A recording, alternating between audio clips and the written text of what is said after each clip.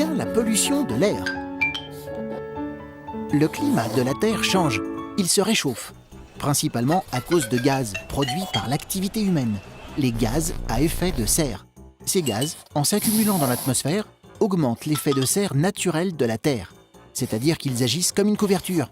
Ils empêchent la chaleur du Soleil de s'échapper dans l'espace. Mais d'où viennent ces gaz ? Le plus répandu, le CO2, vient principalement des centrales électriques qui fonctionnent grâce au charbon, au gaz ou au pétrole.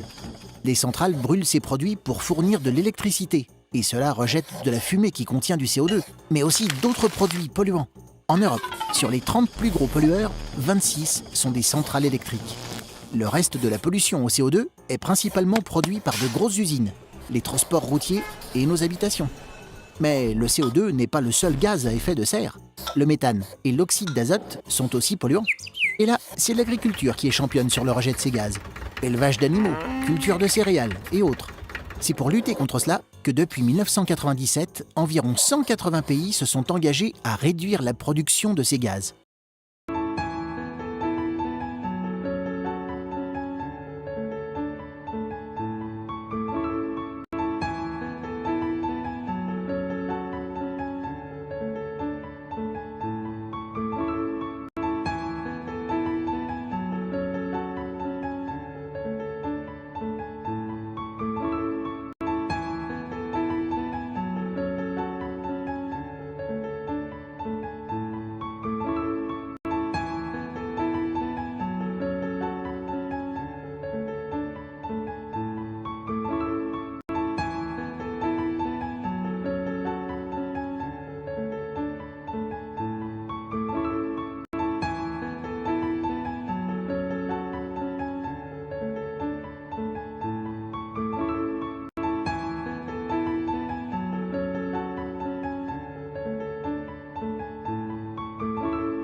La COP.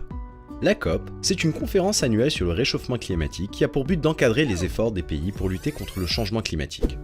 La première COP s'est déroulée à Berlin en 1995, suivie par Genève, Kyoto, Buenos Aires et Paris l'année dernière. Cette année, la 22e COP aura lieu à Marrakech et elle réunira 195 pays, plus l'Union européenne.